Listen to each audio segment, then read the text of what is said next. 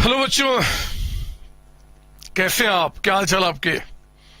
बहुत ही प्यारा, बहुत ही सिंपल, बहुत ही नया टॉपिक एक शुरू कर रहा हूं आपके लिए, जिसका नाम है ओवरव्यू ऑफ कॉस्ट।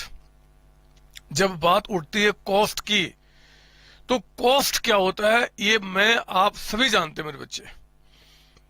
ये अगर मान लो एक कैलकुलेटर जो मैंने मार्केट से परचेज किया है, इसको परचेज करने के लिए मैंने जो भी रिसोर्सेज पे किया, चाहे मनी या मनी के टर्म्स में कुछ भी, जिसको मॉनेटरी टर्म्स में हम रिप्रेजेंट कर सकते हैं। लाइक अगर मैं इसको कैलकुलेटर परचेज करने गया, मैंने अपना पैसा उनको दिया, मैंने कुछ शेयर्स उनको दे दिए, या फिर मैंने कुछ गोल्ड उनको दे दिए, कुछ भी, तो जो भी कुछ मैंने पे किया इस गुड्स को या फिर किसी सर्विस को लेने के बदले में, हम उसको कॉस्ट का नाम देते हैं।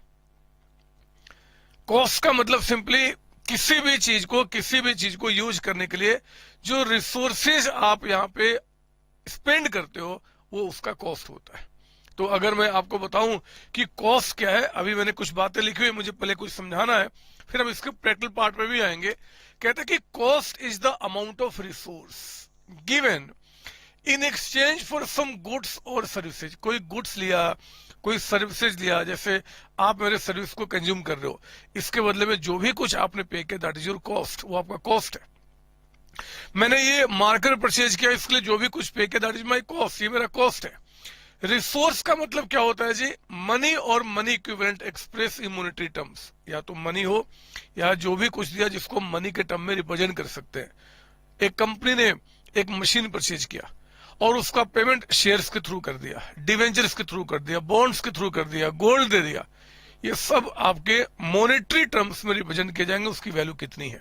दे ऑल आर कॉस्ट, जो भी कुछ हमने पे किया फॉर दैट एक्वायरिंग दैट आपका गुड्स और द सर्विसेज। ठीक है ना? देखो, एग्जाम में आपका आ सकता है CIMA chartered institute of management accountant, हो सकता है। मैं आप बता रहा हूं कि आपके एग्जाम में क्या क्या बन सकते हैं एमसीक्यू के रूप में। आपके एग्जाम में हो सकता है कि एक डेफिनेशन दिया रहेगा और पूछेगा कि डेफिनेशन किसने दिया है। तो ध्यान रखना यहाँ पे कि सीमा लंदन, ये chartered institute of management accountant जो लंदन का इंस्टीट्यूट आपका है, उसने कॉस्ट को डिफाइन किया अमाउंट ऑफ एक्सपेंडिचर इनकर्ड और attributable to a specified thing और एक्टिविटी। किसी थिंग या कोई एक्टिविटी, आप मैन्युफैक्चरिंग कर रहे हो, आप सर्विस दे रहे हो, कोई भी, उसके लिए जो भी आपने अमाउंट ऑफ एक्सपेंडिचर पे किया है वो उसका कॉस्ट कहा जाएगा। ठीक है ना? तो ये आपको नाम याद रखना होगा, CIMA chartered institute of management accountant. ठीक है ना? नाउ बात उठता है कि अब ये तो कॉस्ट का मीनिंग था, फिर कॉस्टिंग क्या होता है? कॉस्ट से हम कहां गए? कॉस्टिंग ऊपर। बहुत ध्यान देना, ये चार वर्ड आपको कंफ्यूज कर सकते हैं: cost, costing, cost accounting, cost accountancy. तो अभी हम आपको कॉस्टिंग के बारे में बताना चाहते हैं। आप रुक जाओ, पहले एक छोटी सी कहानी मैं आपको सुनाना चाहता हूं।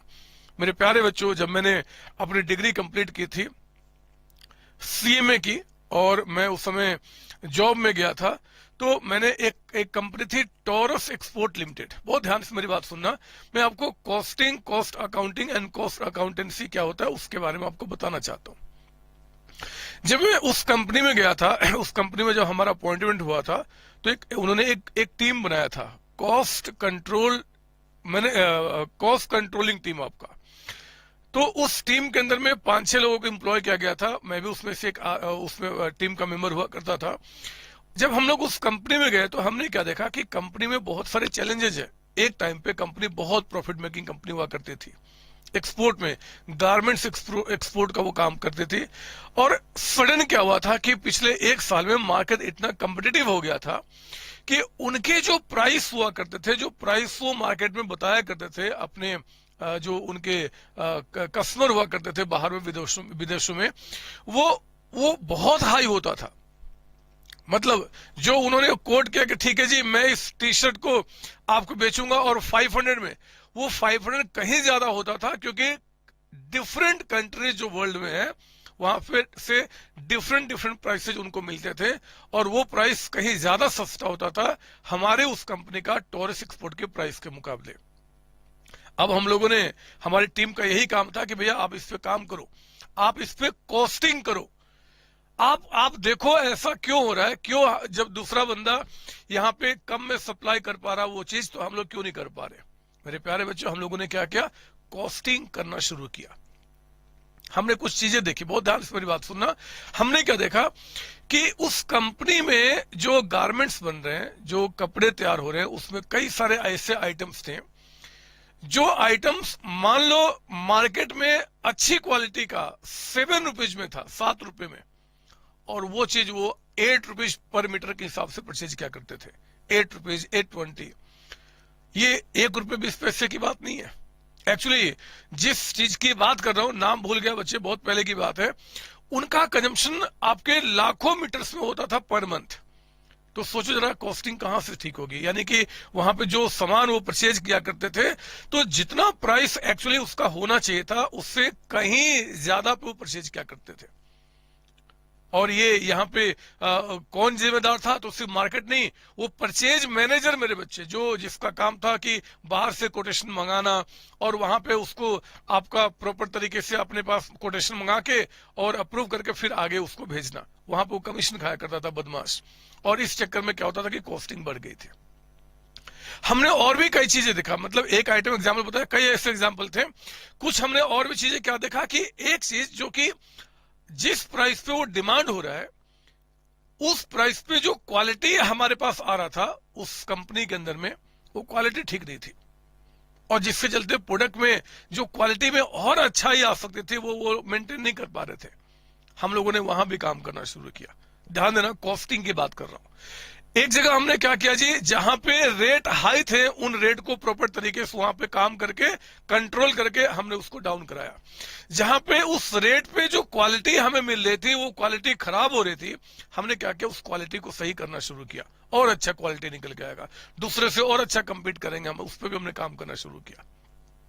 उस कंपनी में कई जगह ऐसे इतने ज्यादा इंप्लॉय थे जितनी रिक्वायरमेंट नहीं थी। एक छोटे से काम को करने के लिए कंपनी ने 3-3, 4-4 इंप्लॉय रखे थे, जहां पे 2 इंप्लॉय में काम बन सकता था। हमारा काम था लोगों के बारे में सोचना नहीं, कंपनी के बारे में सोचना। हम लोगों ने वहां भी कॉस्ट कटिंग करना शुरू किया। मेरे प्यारे बच्चों, एक और खास बात जो कंपनी इग्नोर कर रही थी वो क्या था कि उस कंपनी में जो प्रोडक्ट वो सेल क्या करते थे, उस प्रोडक्ट को बनाने में बहुत सारे स्क्रैप निकल के आते थे, कपड़े। और वो कपड़े जो स्क्रैप निकल के आते थे वो कंपनी क्या करती थी, फेंक देती थी। आप बिलीव नहीं करोगे, उस कपड़े को फेंकने के लिए, क्योंकि बहुत ज्यादा कपड़ा निकल के आता था एज स्क्रैप, उसको फेंकने के लिए भी कंपनी को पैसा पे करना पड़ता था। जो गाड़ियां आती थी उनको उठाने के लिए, वो गाड़ियां उसको लेकर क्या करती थी, फेंकने जाती थी, और उसके लिए कितना कंपनी को पैसा पे करना पड़ता था, वहां भी कॉस्ट ज्यादा था। हमने देखा यार इतने सारे स्क्रैप जो निकल के आ रहे हैं, अगर हम उससे कुछ प्रोडक्ट बना लें उन्हीं स्क्रैप से, और उनको हम बेचना शुरू करें अपने इंडियन मार्केट के अंदर में, तो बहुत सारे ऐसी जगह हैं जहां बहुत आसानी से कम रेट में बिक सकता था, जहां पे हमें कॉस्ट पे करना पड़ता था। समझो मेरी बात, उसको फेंकने के लिए हमने उसे क्या किया, उस स्क्रैप से हमने प्रोडक्ट बनाना शुरू किया, जिसको हम बोलते हैं बाय प्रोडक्ट। पढ़ेंगे अभी कॉस्टिंग में। बाय प्रोडक्ट का मतलब जो प्रोडक्ट बनाया जा रहा हूं उससे जो हमें स्क्रैप मिला, हमने उससे क्या किया, कुछ अलग प्रोडक्ट बना दिया, जिसको बोलते हैं बाय प्रोडक्ट। आपका पेट्रोलियम है, उससे हम लोग क्या करते हैं जी, पेट्रोलियम से डीजल और पेट्रोल बनाते समय जो स्क्रैप निकलता है उसको बोलते हैं केरोसिन, वो उसका बाय प्रोडक्ट होता है। तो इसी तरीके से हमने क्या किया, उनके उस बाय प्रोडक्ट को माफ कीजिए, उस स्क्रैप से हमने बाय प्रोडक्ट बनाया, कुशन्स बनाए, हमने गद्दे बनाए, कई तरह, क्योंकि बहुत सारे कपड़े एंड बहुत सॉफ्ट कपड़े जो हम लोग यूज करते हैं, अपने कॉटन बर्बाद होते थे, और उनको जो कि हम फेंकने में पैसा लगाया करते थे, उससे हमने क्या किया जी, प्रोडक्ट बना के इंडियन मार्केट में सप्लाई करना शुरू किया, जहां से रेवेन्यू आना शुरू किया। आप बिलीव नहीं करोगे मेरे बच्चे, हमने 43% से कंपनी की कॉस्टिंग को डाउन किया 2 महीने के काम के अंदर में। 2 मंथ्स के अंदर में ये 43% डिफरेंट जगह पे, कहां पे कॉस्टिंग ज्यादा हो रहा है, कहां पे कम हो रहा है, कहां पे क्वालिटी डाउन हो रहा है, सब कुछ सही करते वो बाय प्रोडक्ट जो निकल के आ रहा है स्क्रैप, हम उसको वो सही करके हमने सेल किया, एंड 43% से हमने उसके कॉस्ट को डाउन किया। उन्होंने 2 फैक्ट्री बना के रखे थे, एक फैक्ट्री में वेयर हाउस था, एक फैक्ट्री में ये था, रिक्वायरमेंट नहीं था, जगह उनके पास पड़ा हुआ था, पता नहीं वो काम क्यों कर रहे थे, हमें समझ में नहीं आ रहा था। हम तो नए नए बच्चे थे, उस समय नए नए मार्केट में गए थे और वो पता चलता था कितने सालों से काम कर रहे हैं। एक्चुअली होता क्या है ना, जब आप खूब सारे प्रॉफिट कमाते हो, खूब सारे प्रॉफिट कमाते हो, तो आप इन छोटी छोटी बातों पे ध्यान देना बंद कर देते हो और बिजनेस वहीं से फिर क्या होता है, डाउन होना शुरू हो जाता है, जब उन छोटी छोटी बातों पे ध्यान देना बंद कर देते हो। तो हम लोगों ने उन्हीं छोटी छोटी बातों को ध्यान में रखते हुए बहुत टाइट हमने किया, क्वालिटी को बिना डेटोरेट किए बगैर, एंड 43% से कॉस्टिंग डाउन करने के बाद फिर जो प्राइसिंग हमने टेंडर में भेजा, आप बिलीव कीजिए आज भी वो कंपनी बहुत अच्छे लेवल पे काम कर रही है। समय हो गया अब, मतलब बहुत हमारा टच नहीं है, लेकिन जो काम हमने उस कंपनी के लिए किया था, उस कंपनी के जो डायरेक्टर थे आज भी हमें याद करते हैं कि हाँ जी, आप लोगों ने हमारे कंपनी को बचाया और हम लोगों ने काम करना शुरू किया। तो मेरे बच्चे, ये कॉस्टिंग होता है, ये कॉस्टिंग होता है। जरा सुनना ध्यान से, कॉस्टिंग क्या है? It is the technique and the process of ascertaining cost. Cost को पता करने का टेक्निक है, एक प्रोसेस है। These techniques consist of principles and rules which govern the procedure of ascertaining cost of product and services। वो जो आपका प्रोडक्ट होगा उसका कॉस्ट कितना होगा, उसका कॉस्ट कितना होगा जिसपे कि जिस प्रोडक्ट को आप बना रहे हो, जिस सर्विसेज को रेंडर कर रहे हो, उसको पता करने का जो टेक्निक है, जो प्रोसेस है, उसी को हम क्या बोलते हैं, आपका कॉस्टिंग बोलते हैं। ये टेक्निक है। मैं यहाँ पे बता दूं, हो सकता है एग्जाम में आ जाए कि आपका dash is the technique and procedure of ascertaining cost. अगर आपका आ जाए dash is the technique and procedure of ascertaining cost, and option में cost, costing, cost accountancy, cost आपका अकाउंटिंग बोल दे, तो कॉस्टिंग में जाना चाहिए मेरे बच्चे। कॉस्टिंग एक टेक्निक है जो हम लोगों ने फॉलो किया था और एक प्रोसेस जो हमने वहां पे तय किया था कॉस्ट को ascertain करने का। ये इस टेक्निक्स में क्या क्या होता है जी, कुछ प्रिंसिपल्स है, कुछ रूल्स कुछ रूल्स है which govern the procedure of ascertaining cost. इसके बारे में हम आगे डिस्कशन करेंगे, लेकिन कॉस्टिंग का एक टेक्निक आपका है। फिर आया कॉस्ट अकाउंटिंग। कॉस्ट अकाउंटिंग क्या है मेरे बच्चे? एक्चुअली आपने जब पढ़ा होगा मेरा accounting theory and accounting process, तो हमने कहा है कि ब्रांचेज ऑफ अकाउंटिंग। अकाउंटिंग के कौन कौन से ब्रांचेज है? अकाउंटिंग में कॉस्ट अकाउंटिंग है, फाइनेंशियल अकाउंटिंग है, ह्यूमन रिसोर्स अकाउंटिंग है, मैनेजमेंट अकाउंटिंग है। तो यहाँ पे कॉस्ट अकाउंटिंग क्या है? ये आपका कॉस्ट अकाउंटिंग एक ब्रांच है मेरे बच्चे, अकाउंटिंग का। अकाउंटिंग का एक ब्रांच है। ये कहते हैं कि it is a specified branch of accounting. ध्यान से, अकाउंटिंग एक ब्रांच है जिसमें क्या होता है जी, हम आइटम्स का क्लासिफिकेशन करते हैं। जैसे आपको बताऊं, अभी मैं बताऊंगा कि जैसे डायरेक्ट मटेरियल हमारे पास है, जो मटेरियल जो यूज हो रहा है, आपका लेबर जो यूज हो रहे हैं, एक्सपेंसेस जो लग रहे हैं गुड्स को बनाने में, हम उनका क्लासिफिकेशन करेंगे। डायरेक्ट मटेरियल है कि इनडायरेक्ट मटेरियल है, डायरेक्ट लेबर है कि इनडायरेक्ट है, एक्सपेंसिव डायरेक्ट है कि इनडायरेक्ट है, इन सबका क्लासिफिकेशन करेंगे। वो क्लासिफिकेशन कैसे होता है, उसका तरीका क्या है, वही मेरे बच्चे कॉस्ट अकाउंटिंग है। अभी हम सीखेंगे। अकाउंटिंग की बात कर रहे हैं, एक ब्रांच ऑफ अकाउंटिंग, ये वर्ड याद रखना, ब्रांच ऑफ अकाउंटिंग है जिसमें एक क्लासिफिकेशन, आपका accumulation, assignment and control of cost होता है।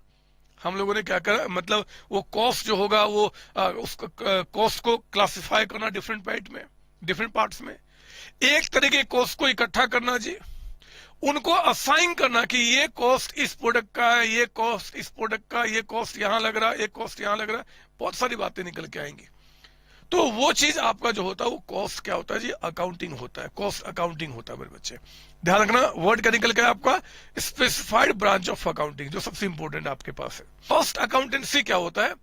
कॉस्टिंग एंड कॉस्ट अकाउंटिंग करने का आपका वो प्रिंसिपल्स, वो तरीका, मतलब जो जिसमें माहिर होते हैं, जब हम वो काम करते हैं तो ये काम कैसे करेंगे, वो कॉस्ट अकाउंटेंसी करेगा। नहीं होता जैसे आप अकाउंटेंसी में क्या करते हो, अकाउंटिंग क्या था जी, अकाउंटिंग एक तरीका, आर्ट है मेरे बच्चे, वो आर्ट जहां पे अप्लाई करोगे उसको हम बोलते हैं क्या, अकाउंटेंसी। उसी तरीके से कॉस्ट अकाउंटिंग क्या है, एक आपका सब्जेक्ट है, एक सब्जेक्ट है, ब्रांच ऑफ अकाउंटिंग है। वो कॉस्ट अकाउंटिंग और कॉस्टिंग कैसे करोगे, आपका आर्ट क्या है, क्योंकि जो जितना इसमें आर्टिस्ट होगा उतनी अच्छी तरीके से कॉस्टिंग करेगा। तो कौन कितना माहिर है वो आपका कॉस्ट अकाउंटेंसी तय करता है। तभी तो कहा गया ये एप्लीकेशन, मतलब वो तरीका कॉस्टिंग करने का। एंड कॉस्ट अकाउंटिंग प्रिंसिपल मैं आपको बता दूं, जो अभी पढ़ाऊंगा ये दुनिया में हर एक आदमी जानता है, आप ही जान जाओगे पढ़ने के बाद। लेकिन इन चीजों को कौन प्रॉपर तरीके से अप्लाई कर रहा है, जो बेस्ट वे में अप्लाई करेगा वही कॉस्ट अकाउंटेंसी को बेस्ट तरीके से कर रहा है, और वही उसका आर्टिस्ट कहा जाएगा, वही उसका साइंटिफिक वे में बेस्ट वे में करने का तरीका उसको कहा जाएगा। चलिए मैं आपको बताऊं यहां पे कि क्लासिफिकेशन जब हम बात करते हैं मेरे बच्चे, वर्ड होता है यहां पे, लिखेंगे मेरे साथ यहां पे पांचवा पॉइंट, यहां पे पांचवा point, element of cost. Element of cost.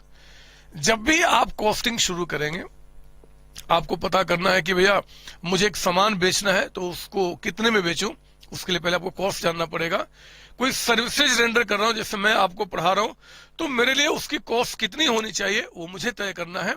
कोई ट्रांसपोर्टेशन एक्टिविटी में जो बसें चलाता है, तो इस डिस्टेंस का किराया कितना होगा, उसका कितना होगा, रेलवे को भी तय करना पड़ता है, एयरवे को भी तय करना पड़ता है, सभी लोगों को कॉस्टिंग करना पड़ता है। तो बच्चे हर एक आदमी कॉस्टिंग करने के लिए क्या करता है कि जितने भी कॉस्ट लगते हैं उनके, जितने भी कॉस्ट लगते हैं उन कॉस्ट को हम तीन ब्रॉड पार्ट में डिवाइड करते हैं। Broadly there are 3 elements of cost. कौन कौन से हैं लिखेंगे मेरे साथ यहाँ पे। कॉस्ट के 3 एलिमेंट्स कौन कौन से हैं जी। पहला कहता है, पहला नंबर 1 आपका मटेरियल, मटेरियल। सेकंड यहां पे आपके पास क्या है, लेबर, लेबर। और थर्ड जो हमारे पास है वो है आपका एक्सपेंसेज, एक्सपेंसेज। जब भी किसी आइटम में अगर मैं बात करूं कि इसमें कॉस्ट कितना लगा होगा, तो मेरे बच्चे इसमें कॉस्ट 3 ही तो होंगे, मटेरियल होगा, लेबर होगा, या फिर एक्सपेंसेज यानी कि बाकी एक्सपेंसेज। इस कॉस्टिंग को और अच्छा करने के लिए, इसको और अच्छी तरीके से क्लासिफाई करने के लिए इस मटेरियल को भी 2 पार्ट में डिवाइड करते हैं। 2 पार्ट में, एक होता है आपका डायरेक्ट मटेरियल, समझते चलो और लिखते चलो, फिर इसका डिटेल में लिखाऊंगा आपको जो एग्जाम के लिए रिलेवेंट है। डायरेक्ट मटेरियल, और फिर आपका होता है इनडायरेक्ट मटेरियल।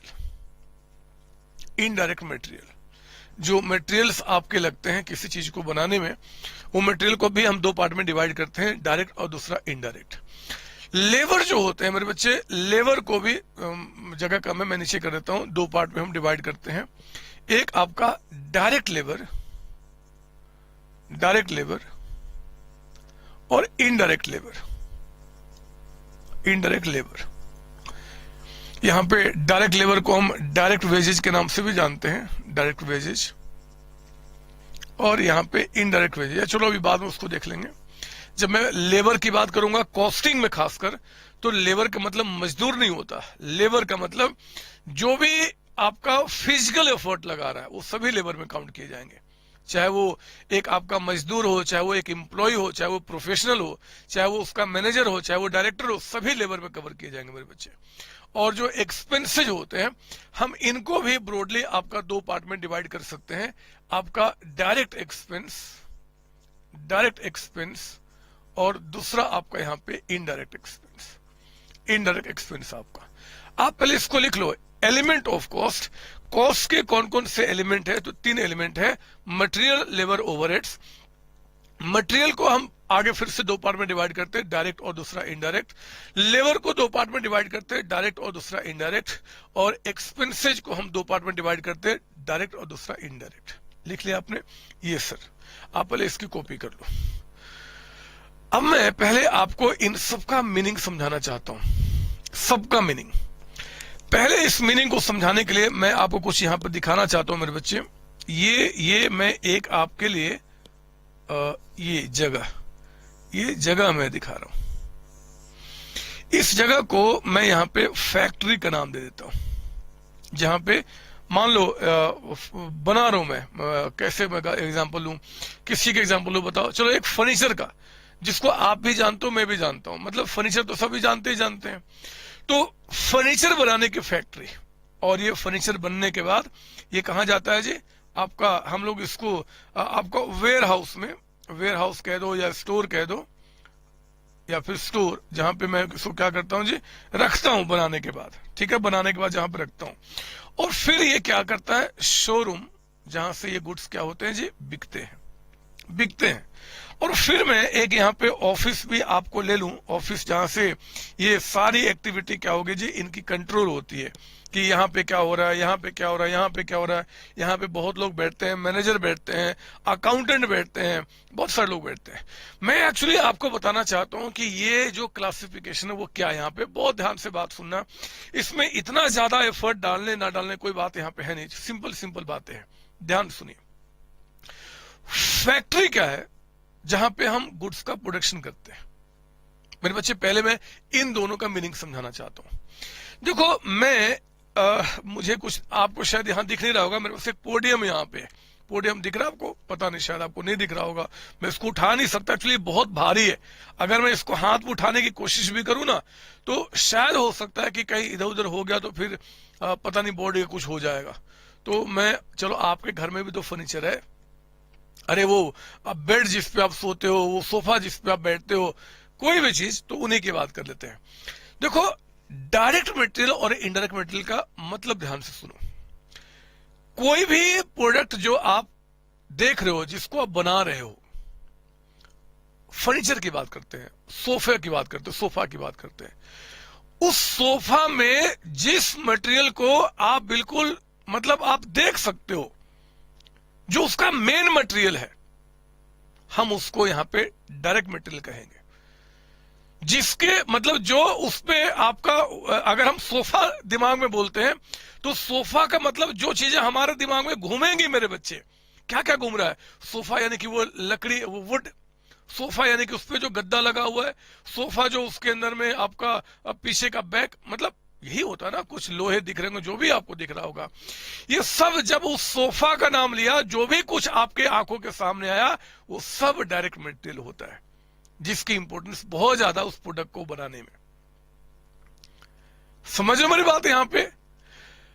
तो फिर इनडायरेक्ट मटेरियल क्या होता है? इनडायरेक्ट, मेरे बच्चे, इनडायरेक्ट मटेरियल भी उस सोफे के अंदर लगा है, लेकिन आप उसको वहां पे आइडेंटिफाई नहीं कर सकते। आप वहां पे, आपको इमेजिनेशन में वो दिखेगा नहीं, आप उसको देख रहे। फॉर एग्जाम्पल, आपका जैसे फेविकॉल हो गया, क्या जब मैंने आपको सोफा बोला तो क्या आपको पूरे सब जगह फेविकॉल नजर आ रहा था? नहीं आ रहा था।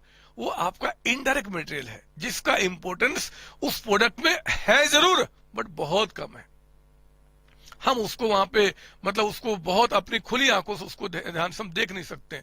उसके बिना भी वो बनना मुश्किल है, बिना फेविकॉल के चिपकेगा कैसे? लेकिन मैं जानता हूं वो इनडायरेक्ट है, क्योंकि उसकी इंपॉर्टेंस नेग्लिजिबल है एज कंपेयर टू मेन जो आपका उसमें मटेरियल लगा हुआ है। नटवोल्ट, नटवोल्ट छोटे मोटे है ना, जिसे हम स्क्रू से उसको कसते हैं मेरे बच्चे, ये सब आप, अगर मैं और भी एग्जांपल दूं तो ग्रीस जो लगते हैं आपके, उस पे जो पॉलिश लगते हैं, पॉलिश, क्योंकि आपके दिमाग में पॉलिश नहीं आया, आपके दिमाग में क्या, वो वुड आया था। तो ये सारी चीजें जो होगा ना, वो इनडायरेक्ट मटेरियल होगा। आप किसी भी चीज का एग्जाम्पल लो ना, मैं किसका एग्जाम्पल लूं, किसका एग्जाम्पल लूं, किसका एग्जाम्पल लूं, किसी भी चीज का लो आप, किसी भी चीज का मैंने कह दिया, तो जिसको आप उस प्रोडक्ट में आइडेंटिफाई कर सकते हो खुली आंखों से, खुले दिल से, वो डायरेक्ट मटेरियल होता है। अदरवाइज क्या आपका इनडायरेक्ट। रजिस्टर, क्या दिखा रजिस्टर में? मुझे ये दिखा आपका यहाँ पे, तो ये सभी क्या है? डायरेक्ट मटेरियल है। जो इसमें लगा है, पता नहीं किससे बनता है, शायद वुड से ही बनता है, बट जो भी मुझे यहाँ पे दिखा वो डायरेक्ट मटेरियल इसके अंदर लगा मेरे बच्चे। लेकिन यहाँ पे गम से इसको चिपकाया जाता है, नहीं चिपकाया जाता, इनडायरेक्ट मटेरियल है। कहीं कहीं पे इसकी सिलाई होती है, जहां पे धागे यूज होते हैं, वो इनडायरेक्ट मटेरियल है। जो उसका उसमें यूज नेग्लिजिबल है, उसको हम बोलते हैं इनडायरेक्ट मटेरियल। तो यही बात है, डायरेक्ट मटेरियल और indirect material. Sir, indirect material में और कुछ बताओ। बहुत सारी बातें कर सकता हूं मैं, स्टेशनरी की बात कर सकता हूं, स्टेशनरी, पेन पेंसिल आपका। अब बताओ, क्या जब मैं, मेरी बात ध्यान सुनना, जब मैं अगर मान लो कि वो फर्नीचर बना रहा हूं, तो क्या मुझे स्टेशनरी लगता है क्या? उस पे आपका इतने साइज का होना चाहिए, तो उस पे मार्किंग करना, ये करना नहीं लगता? लगता है, लेकिन वो क्या, वो हम उसको उस पे आइडेंटिफाई नहीं कर सकते। तो कोई भी चीज जो आपको वहां पे लग रहे हैं, वो सभी आपके क्या होंगे, फिर इनडायरेक्ट मटेरियल हो जाएंगे। इनडायरेक्ट मटेरियल मेरे बच्चे, ठीक है ना? तो ये सभी आपका इनडायरेक्ट। अगर हम, मैं शर्ट की बात करता हूँ, शर्ट तो क्या नजर आ रहा है? जब शर्ट बोला तो क्या धागा आपके दिमाग में आया? नहीं सर, ये कपड़ा नजर आपका आया। वो धागे जो लगे हुए हैं, वो बटन जो छोटे छोटे लगे हुए हैं, है ना। ऐसा नहीं कि अब मैंने बोला शर्ट देखो तो आपकी आंखों में इतना बड़ा बड़ा बटन दिखना शुरू हो गया और कपड़ा, ऐसा तो नहीं था ना। तो जो नेग्लिजिबल है, छोटे छोटे है, उसकी इंपोर्टेंस उसके सभी क्या इंडायरेक्ट मेटेरियल होंगे, ठीक है ना। और ये कोई टेंशन की बात नहीं है, ये तो एग्जाम्पल दे रहा हूं आपको समझाने के लिए। जब आप किसी रियल लाइफ में जाओगे कॉस्टिंग करने के लिए, खुद बता दो कि भैया ये डायरेक्ट है ये इनडायरेक्ट है। तो आगे बढ़ता हूं। तो डायरेक्ट मेटेरियल हो गया, इनडायरेक्ट मेटेरियल हो गया। लेबर डायरेक्ट और दूसरा इनडायरेक्ट। पहले बता चुका हूं, लेबर का मतलब यहां पे वर्कर्स नहीं होता, लेबर मतलब ह्यूमन रिसोर्सेज। अब देखो कोई प्रोडक्ट बन रहा है, उस प्रोडक्ट को बनाने में जिन लोगों का बिल्कुल सीधा सीधा हाथ उसमें है, बिल्कुल सीधा सीधा हाथ, उसको हम डायरेक्ट लेबर कहेंगे। फॉर एग्जाम्पल वो फर्नीचर की बात ही कर ले, फर्नीचर बन रहा है तो मेरे बच्चे फर्नीचर पे जो आपके लेबर्स काम कर रहे हैं, उसको पॉलिश करने में, उसको कटिंग करने में, उसको आपका एक साइज देने में, वो सभी क्या होंगे, आपका एक डिजाइन देने में, सब डायरेक्ट लेबर है। अगर मैं एक कार की बात करूं तो कार जिस फैक्ट्री में बन रही है, उस फैक्ट्री में बनाते समय जो लेबर डायरेक्टली उस पर लगे हुए हैं, कोई डिजाइनिंग कर रहा है, कोई उसकी कटिंग कर रहा है, कोई सामान को एक जगह से दूसरी जगह पहुंचा रहा है, कोई उसकी पॉलिशिंग कर रहा है, कोई उसको सफाई कर रहा है, कोई उसकी सीट कवर लगा रहा है, कोई कुछ, ये सब डायरेक्ट लेबर होते हैं। डायरेक्ट लेबर जो उस पर क्लियरली आप उसको आइडेंटिफाई कर सकते हो कि भैया ये डायरेक्टली उस पर वर्क कर रहा है। फिर सर इनडायरेक्ट लेबर क्या होता है मेरे बच्चे? जो इनडायरेक्ट लेबर होते हैं उन लेबर को छोड़ दो, जिसको मैंने कहा जो डायरेक्टली उस काम को करने में लगे हुए, बाकी जितने भी लेबर लगे होंगे they all are indirect, they all are indirect. चाहे वो यहां काम कर रहे हो, चाहे वो यहां काम कर रहे हो, चाहे यहां, जो प्रोडक्ट से हटके, एक तो बात पक्का है कि मेरे बच्चे डायरेक्ट लेबर जो होंगे ना वो यहां पे रहते हैं। डायरेक्ट लेबर जो है ना वो कहां काम करेंगे? फैक्ट्री में, जहां पे आपका होगा। जो इनडायरेक्ट लेबर है, इनडायरेक्ट लेबर वो फैक्ट्री में भी होगा, यहां भी होगा। वो इनडायरेक्ट लेबर आपका यहां भी होगा, इनडायरेक्ट लेबर आपका यहां भी होगा, और इनडायरेक्ट लेबर आपका यहां भी होगा। सब जगह लेबर लिखा हुआ है, मतलब लोग जो काम कर रहे हैं। डायरेक्ट लेबर तो फैक्ट्री में, मतलब जहां प्रोडक्शन हो रहा है, जहां मैन्युफैक्चरिंग हो रहा है, उसी पे। अब मैं अपनी बात करता हूं, चलो मैं दूसरे की बात करता हूं, छोड़ता हूं, मैं अपनी बात करता हूं। मेरे प्यारे बच्चों, हमारी क्लासेज इस स्टूडियो के अंदर में रिकॉर्ड होती है, तो जो भी फैकल्टी यहां पे क्लासेज को रिकॉर्ड करने में अपना वर्क देता है, जो रिकॉर्ड करता है, it's my direct labour cost. ये डायरेक्ट लेबर हुआ। मैं जो अपना यहां पे क्लासेज रिकॉर्ड कर रहा हूं, डायरेक्ट लेबर कॉस्ट हुआ। जो फैकल्टीज यहां रिकॉर्ड हो रहे हैं, उन जो रिकॉर्ड कर रहे हैं, उनको जो पेमेंट जा रहा है वो डायरेक्ट लेबर कॉस्ट होगा, डायरेक्ट लेबर को पेमेंट कर रहा हूं। लेकिन इसके सिवाय कई सारे लोग हैं जो यहाँ पे सर्विसेज रेंडर और भी कर रहे हैं। कुछ टेक्निकल सपोर्ट के लोग हैं, कुछ मार्केटिंग के लोग हैं, कुछ इंक्वायरी टीम आपका है, कुछ नोट्स जो आपके एग्जाम के जो पेपर का टेस्ट पेपर आता है देखना, चेक करना, इसको करना, उसके ऊपर में। कुछ लोग हैं जो स्ट्रेटजी पे काम कर रहे हैं, बहुत सारे लोग हैं जो डिफरेंट फील्ड्स में काम कर रहे हैं। They all are indirect. अगर मैं किसी एक वो आपका वर्कशॉप की बात, मतलब एक वो गाड़ी बनाने वाले की बात करूं, तो मेरे बच्चे इनडायरेक्ट लेबर यहां भी होते हैं। फैक्ट्री का मैनेजर, फैक्ट्री का सुपरवाइजर, समझ लो मेरी बात। जो फैक्ट्री का सुपरवाइजर है, सुपरिटेंडेंट है, फैक्ट्री का जो मैनेजर है, वो भी तो काम कर रहा है। हाँ, प्रोडक्ट बनाने में डायरेक्टली काम नहीं कर रहा, प्रोडक्ट वो नहीं बना रहा है, लेकिन बनाने में हेल्प तो कर रहा है मेरे बच्चे। अगर वो सुपरवाइज ना करे, वो कंट्रोल ना करे, वो मैनेज ना करे, फिर तो काम कैसे चलेगा? लेकिन वो इनडायरेक्ट लेबर आपके होंगे। ये वेयर हाउस में जो लोग काम कर रहे हैं, जो सामान को तरीके से रख रहे हैं, उनको काउंट कर रहे हैं, उनको प्रॉपर तरीके से यहां वहां पहुंचा रहे हैं, दे ऑल आर इनडायरेक्ट, क्योंकि वो प्रोडक्शन में इन्वॉल्व नहीं है। जो शोरूम में लोग काम कर रहे हैं, वहां पे जो सेल्समैन है, वहां पे जो गुड्स बिक रहे हैं, वहां का जो मैनेजर है, चाहे ऑफिस में जो काम कर रहे हैं, वो सारे ह्यूमन रिसोर्सेज यहाँ पे क्या होंगे? इनडायरेक्ट लेबर होंगे। बहुत क्लियरिटी लेकर आ रहा, क्योंकि इसी पे चैप्टर पूरा, ये चैप्टर क्या पूरा का पूरा कॉस्टिंग ही किसी भी लेवल का इसी पे टिका हुआ है। तो मैंने आपको कहा यहाँ पे क्या जी, कि ये आपका इनडायरेक्ट लेबर आपका, वो समझ गए ना मैं इनडायरेक्ट क्या बोलना चाहता हूं। अब आ जाते हैं हम एक्सपेंसेज के अंदर में। डायरेक्ट एक्सपेंसेज और इनडायरेक्ट एक्सपेंसेज, यहां बच्चों को कंफ्यूजन होता है, मैं आपको नहीं होने दूंगा, ध्यान से मेरी बात सुनना। डायरेक्ट एक्सपेंस का मतलब क्या होता है? मत कहना कि रेंट ऑफ फैक्ट्री, ना ना ना मेरे बच्चे। जब कोई प्रोडक्ट आप बनाते हो, ध्यान से मेरी बात सुनना, जब कोई प्रोडक्ट बनाते हो और किसी ऐसे एक्सपेंस को आपने किया है जो कंप्लीटली उस प्रोडक्ट से जुड़ा हुआ है। उस प्रोडक्ट से अगर वो प्रोडक्ट बनेगा तो वो कॉस्ट आपने वहां पे इन्वॉल्व किया होगा, उसको डायरेक्ट एक्सपेंस कहते हैं। फॉर एग्जांपल, कोई मैं मान लो एक फर्नीचर बना रहा हूं नए डिजाइन का, तो जो नया डिजाइन हमने तैयार कराया होगा, नया डिजाइन, उस पे जो कॉस्ट लगा होगा, या फिर उस प्रोडक्ट को बनाने के लिए हमने एक मशीन लिया भाड़े पे, उस खास प्रोडक्ट को बनाने के लिए एक मशीन भाड़े पे लिया, उस भाड़े वाली मशीन का जो हमने किराया पे किया, उसका जो हमने आपका रेंट पे किया होगा। हमने कोई कंसल्टेंट हायर किया है कि भैया ये प्रोडक्ट जरा बताओ ठीक से नहीं बन रहा है, इसको कैसे और बनाए।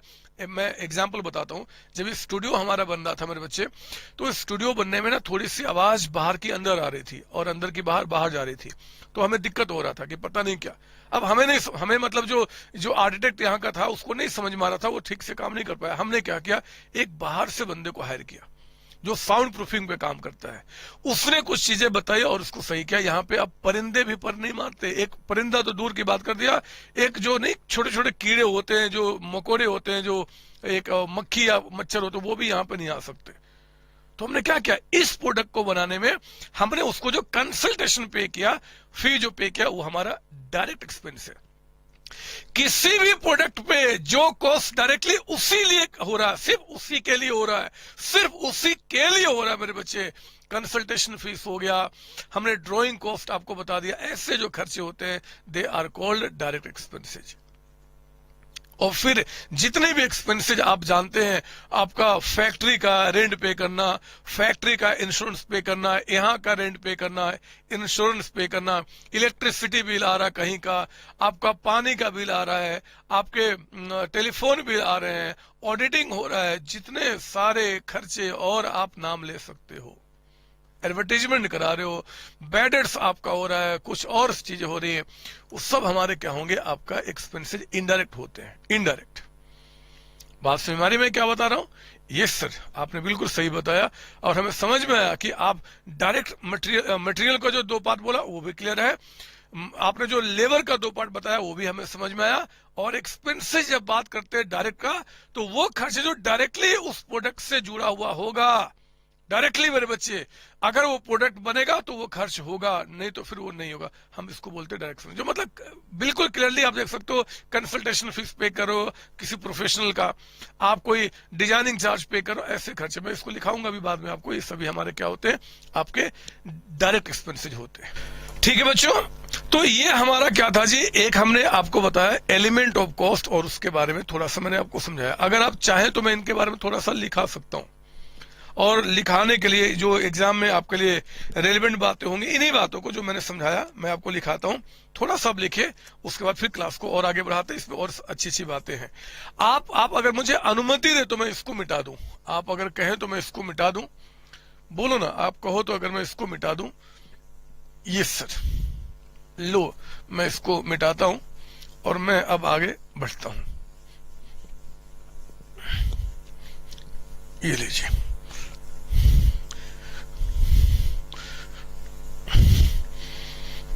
ये लो, आप मैंने मिटा दिया।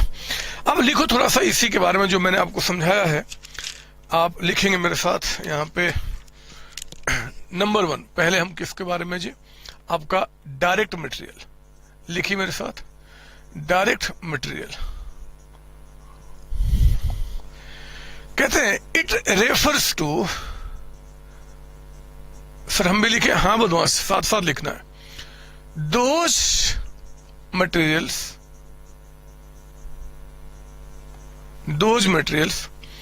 which are major part of finished product, जिस प्रोडक्ट को आप बना रहे हो उसमें मेजर पार्ट है ना, उसको हम बोलते हैं आपका ये, एंड कैन बी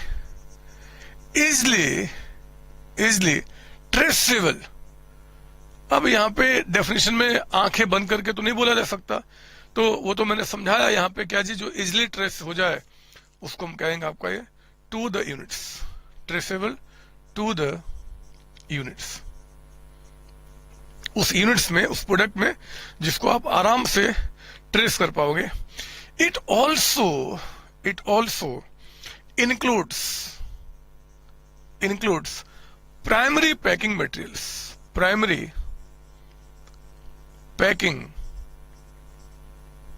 materials. ये एक छोटी सी बात ध्यान देने वाली है, एग्जाम में आ सकता है प्राइमरी पैकिंग, तो आप इसको बता देंगे. ये डायरेक्ट मटेरियल है मेरे बच्चे. प्राइमरी पैकिंग क्या होता है सर? कोई भी सामान जब आप बनाते हो तो उसको प्रॉपर सेफ रखने के लिए, जिस कार्टून में आप सामान रखते हो, जिससे उसको पैक करते हो, अगर कोई हमने फर्नीचर आपका बनाया हुआ है तो उसको एक पैकिंग होता है. बिस्किट ले लो ना एग्जांपल, बिस्किट जो आपका होता है उसके अंदर जो आपका, आप देखोगे बिस्किट जब आप ओपन करोगे तो एक अंदर में उसका पैक होता है, प्लास्टिक में या फिर ऐसे कवर किया, उसको हम क्या बोलते हैं? सिगरेट. शायद आपने देखा होगा, मैंने नहीं देखा, बट मैं आपकी बात करता हूँ, झूठ क्यों बोल, देखा मैंने, मैं पीता नहीं, मैं कोई नशा नहीं करता, बट सिगरेट आपको शायद पता होगा, आपको रियली पता होगा कि सिगरेट जब आप पैकेट से निकालते हो तो अंदर में एक पैकेट होता है, ताकि सिगरेट टूट ना जाए, इधर उधर ना हो जाए, उसको हम प्राइमरी पैकिंग कहते हैं. ऊपर में जिसपे की ब्रांडिंग होता है, उसका नाम होता है, उसको हम सेकेंडरी पैकिंग कहते हैं मेरे बच्चे, उसको हम पैकेजिंग का नाम देते हैं. That's called packaging. Primary packing क्या होता है? जिसको वो टूटे ना फूटे ना उससे बचाने के लिए, तो वो भी डायरेक्ट मटेरियल का ही कॉस्ट माना जाता है. ठीक है ना? लिखेंगे आप यहां पे नंबर 2, इनडायरेक्ट मटेरियल लिखना है. लिखने से ना हमारा हाथ और दिमाग साथ साथ चलना शुरू करता है और उससे बहुत समय तक हम चीजें याद रखते हैं. All materials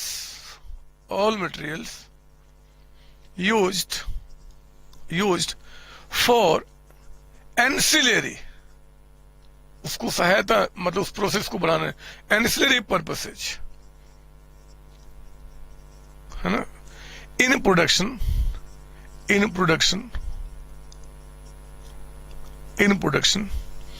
and which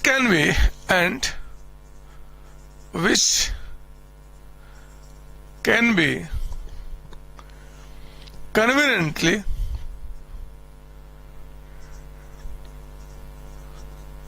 conveniently assigned to specific physical units,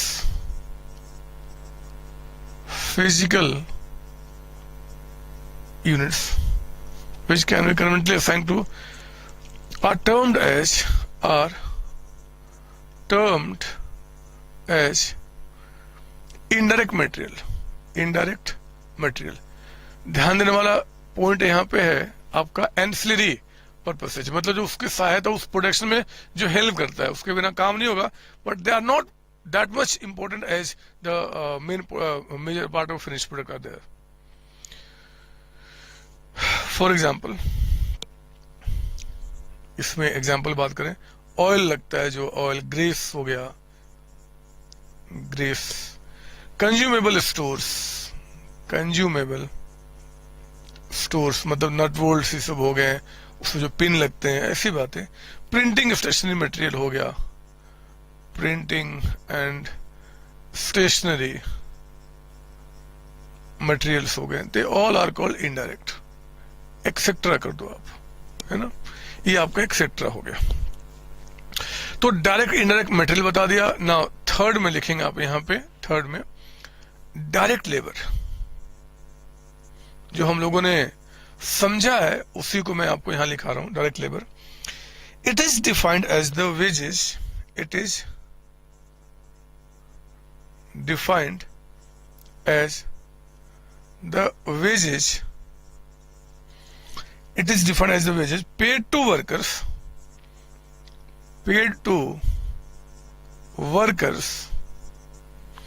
paid to workers who are engaged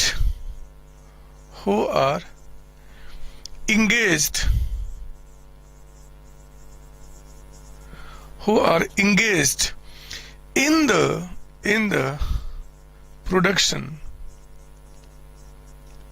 production process. and whose time can be and whose time can be conveniently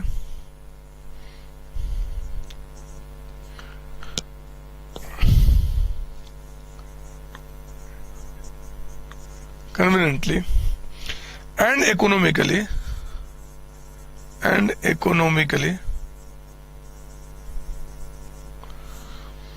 traceable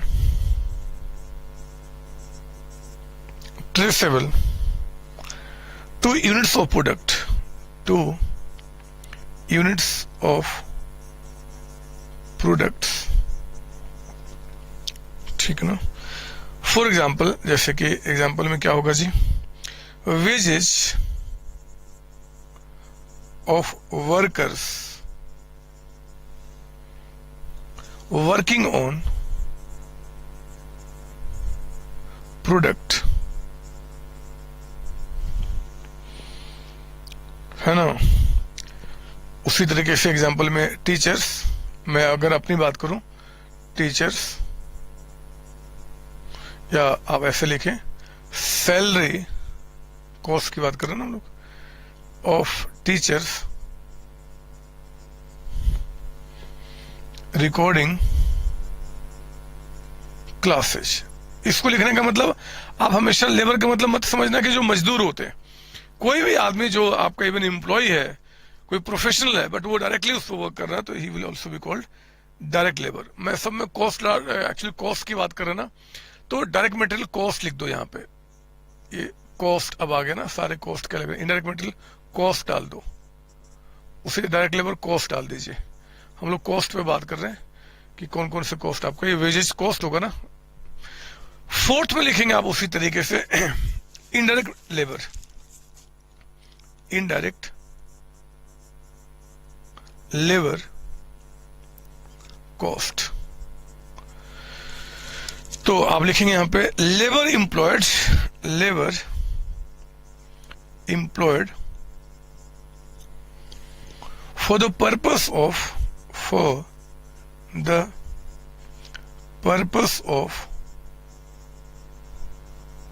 carrying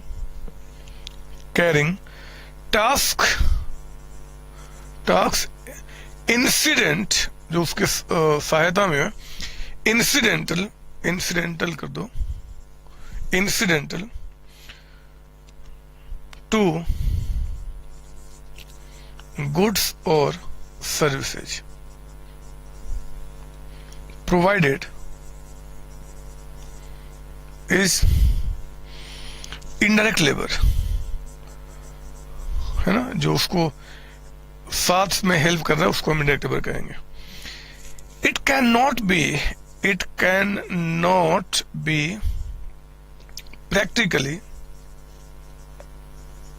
practically traced to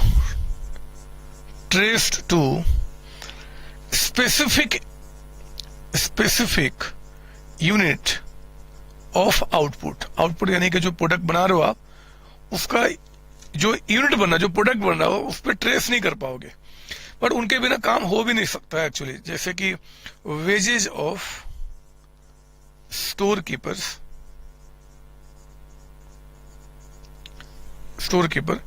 foreman सब office में, time keeper हो गया, जो time keeper होता है, कौन आ रहा है कौन जा रहा है, उनका हम जो टाइम देखते हैं आपका। उसके बाद आपका यहाँ पे मैनेजर हो गया, मैनेजर हो गए, है ना, सुपरवाइजर हो गए, बहुत सारे लोग होते हैं, एक्सेट्रा। ये हमारा हो गया इनडायरेक्ट लेबर कॉस्ट, ठीक है ना। तो direct material cost, indirect material cost, आपका direct labour cost, indirect labour cost. अब हम आ गए एक्सपेंसेस के बारे में, तो मैं इसको मिटाऊंगा, मेरे पास जगह की कमी है, और मैं इस बात को मानते हुए चल रहा हूं कि आप साथ साथ लिख रहे हैं। कहीं अगर आपका दिमाग कहे कि नहीं जी मैं नहीं लिखूंगा, तो गलत है, लिखना है। लिखने से क्या होगा, दिमाग आपका शांत होगा और बातें ठीक से आपके दिमाग में बैठेंगी। तो फिफ्थ पॉइंट लिखेंगे आप यहाँ पे क्या जी, डायरेक्ट एक्सपेंसेस। वो अकाउंटेंसी वाला डायरेक्ट एक्सपेंस मत समझ लेना यहाँ पे, कहते हैं कि these expenses are incurred, ध्यान से, incurred on a specific cost unit. Cost unit का मतलब होता है वो प्रोडक्ट जो बना रहे हो उससे, उसके ऊपर स्पेसिफिकली जो कॉस्ट आपको लगता है, एंड आइडेंटिफिएबल आप उसको पता लगा सकते हो, identifiable with the cost unit,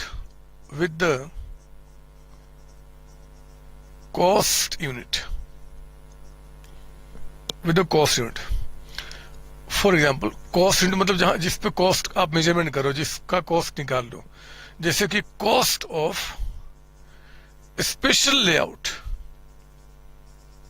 layout. Sir इसका मतलब अभी बताऊंगा। कॉस्ट ऑफ डिजाइन हो गया, ड्राइंग्स हो गया, हायरिंग ऑफ पर्टिकुलर टूल्स हो गया, हायरिंग ऑफ पर्टिकुलर टूल्स हो गए, फीस पेड टू कंसल्टेंट हो गया, फीस पेड टू कंसल्टेंट हो गए, एक्सेट्रा। मैं इसका ना एग्जांपल एक बार और आपको बता दूं।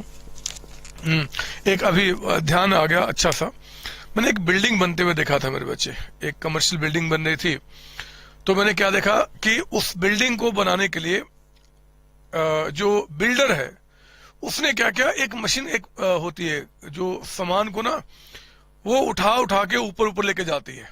समझ मेरी बात? बिल्डिंग 28 फ्लोर की बन रही है, तो 28 फ्लोर पे सामान को पहुंचाने के उनके पास एक लंबा सा क्रेन होता है, पता नहीं क्रेन या क्या बोलते हैं, बट शायद आप इमेजिन कर पाए। तो वो जो क्रेन उस पे लगा ना, वो बिल्डर का नहीं, उसने क्या किया, कहीं से हायर किया, लिया किराए पे और उसको यूज करना शुरू किया, क्योंकि उसको रख के क्या करेगा परमानेंट बेसिस पे। तो ये जो चीज था ना वो आपका क्या था जी, यहाँ पे हायरिंग ऑफ पर्टिकुलर टूल्स हो गया है ना, उस चीज के लिए आपका। अब वो जो आपका बिल्डर जहां पे वो बना के बेच रहा है बिल्डिंग, वहां पर भी क्या किया उसने, एक लेआउट्स बनाया हुआ है, बहुत अच्छी तरीके से बिल्डिंग का डिजाइन है, वहां पे ऐसे पेड़ बनेंगे, ऐसे पेड़ बनेंगे, वहां पे ये बनेगा, ये लगेगा। तो ये जो उसने स्पेशल लेआउट जो बनाया है ना, वहां पे पूरा वो जो स्ट्रक्चर खड़ा किया है, वो भी क्या होगा, उस बिल्डिंग के लिए बिल्कुल डायरेक्ट लेबर कॉस्ट होगा, माफ कीजिए डायरेक्ट एक्सपेंस होगा। जो उसका डिजाइन तैयार किया बिल्डिंग का, ड्राइंग्स हुआ, आपका जो कंसल्टेंट को फीस पे किया, आर्किटेक्ट्स को जो फीस पे किया होगा, ये सब यहाँ पे क्या निकल के आएंगे, दे विल बी कॉल्ड आपका डायरेक्ट एक्सपेंसेस। ठीक है ना। इसके बाद जितने भी बच गए, या फिर से मैं यहाँ पे कॉस्ट लिखना भूल गया, अब लिखिए यहाँ पे इनडायरेक्ट एक्सपेंसेस। अच्छा एक्सपेंसेस तो है, फिर कॉस्ट क्या लिखना, इनडायरेक्ट एक्सपेंसेस। ठीक है ना। इनडायरेक्ट एक्सपेंसेस हमारे क्या होते हैं, लिखेंगे थोड़ा सा इसके बारे में। These are the expenses, these are the expenses which cannot be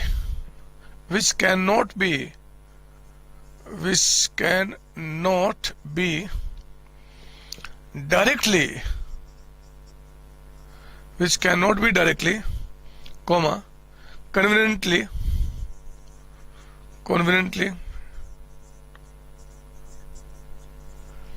and wholly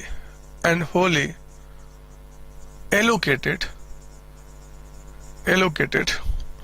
to cost center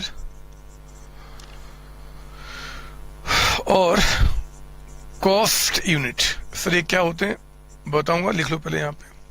for example के तौर पे आपका rent insurance, power, lighting, heating, depreciation etcetera, है ना। सर ये cost centre and cost unit क्या होता है, मैं आपको बता दूं बच्चे, कॉस्ट सेंटर या कॉस्ट यूनिट क्या होता है।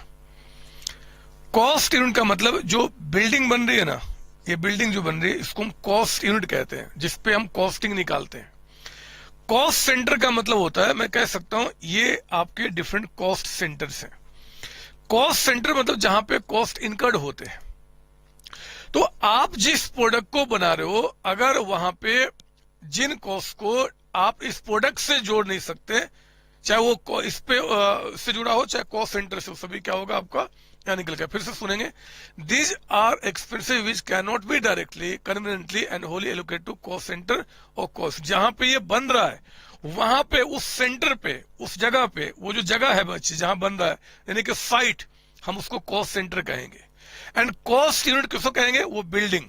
समझ मेरी बात, जिस साइट पे वो बिल्डिंग बन रहा है उसको कॉस्ट सेंटर कहेंगे, और जो बिल्डिंग बन रहा है उसको कॉस्ट यूनिट कहते हैं। तो जिस खर्च को हम उस साइट से जहां पे बन रहा है या फिर उस कॉस्ट यूनिट से हम डायरेक्टली जोड़ नहीं सकते, वो सारे इनडायरेक्ट होंगे। मतलब जो सारे खर्चे जो प्रोडक्ट से हटके आपके हो रहे हैं वो सभी आपके इनडायरेक्ट होंगे, चाहे कहीं भी लग रहे हो आपको।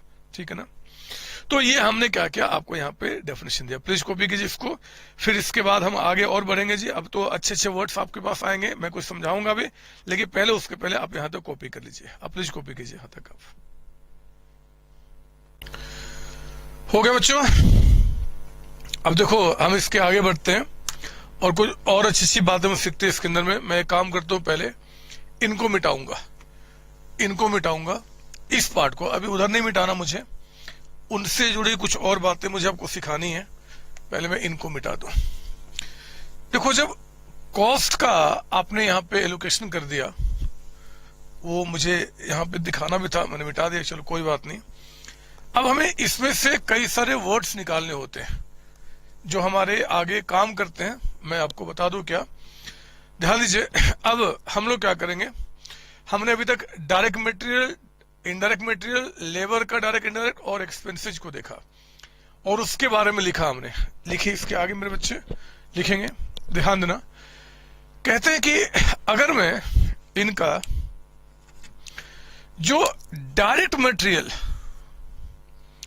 डायरेक्ट लेबर और जो आपके डायरेक्ट एक्सपेंसेज हैं, अगर मैं इन तीनों को इकट्ठा कर दूं, लिखेंगे यहां पे डायरेक्ट मटेरियल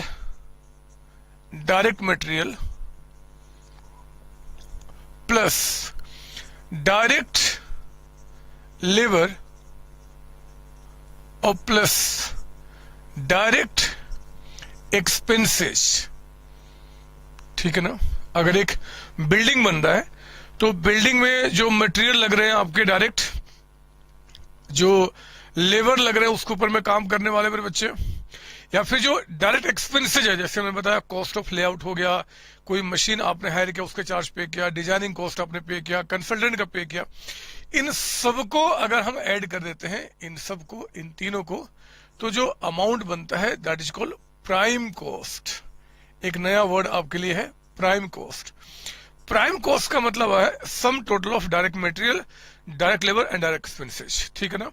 तो ये एग्जाम में आपके लिए बन सकता है, कोई बड़ी बात नहीं है कि प्राइम कॉस्ट का आपका या फिर इन तीनों का सम क्या होगा जी। तो प्राइम कॉस्ट पे आपको क्या करना, टिक मार्क करना है।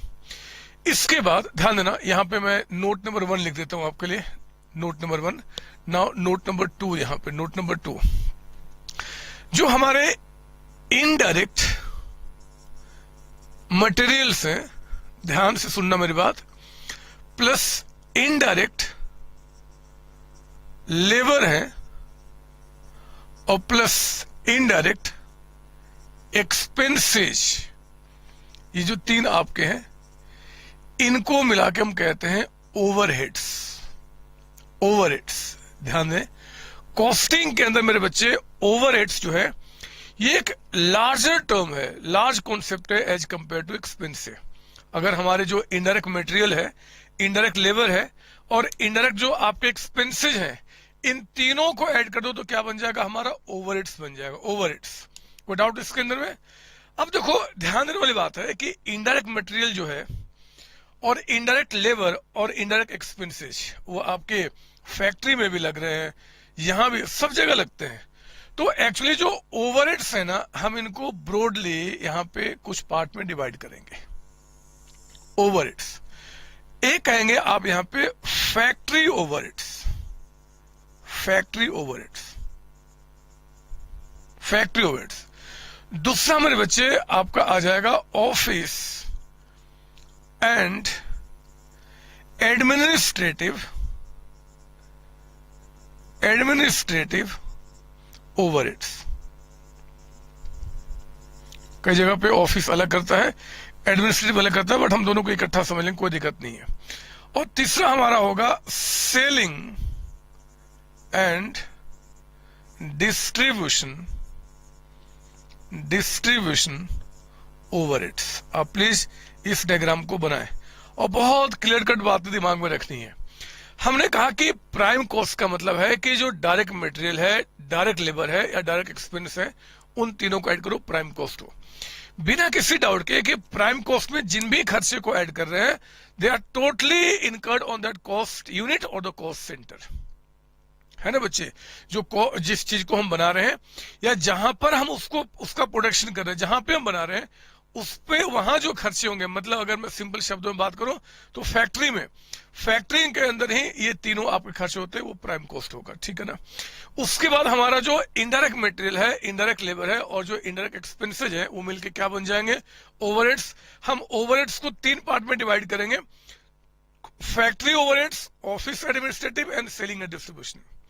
तो फैक्ट्री ओवरहेड्स का मतलब हो गया जो भी इनडायरेक्ट मटेरियल, इनडायरेक्ट लेबर या इनडायरेक्ट एक्सपेंसेज अगर वो फैक्ट्री में हो रहे हैं तो हम क्या बोलेंगे, फैक्ट्री ओवरहेड्स। फॉर एग्जांपल, जरा बताओ, अगर मैं यहां पे एग्जांपल लिखूं तो क्या क्या निकल के आएगा जी।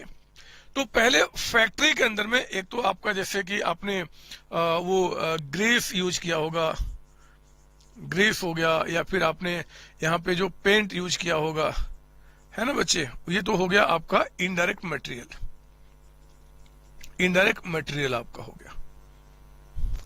इनडायरेक्ट लेबर में कहा जा सकता है कि आपका सैलरी ऑफ सुपरवाइजर, जो फैक्ट्री में एम्प्लॉय को, वर्कर्स को सुपरवाइज करते हैं, या फिर फैक्ट्री मैनेजर, जो फैक्ट्री मैनेजर का आपका यहां पे आप पे कर रहे हैं, ये हमारा क्या हो गया जी, इनडायरेक्ट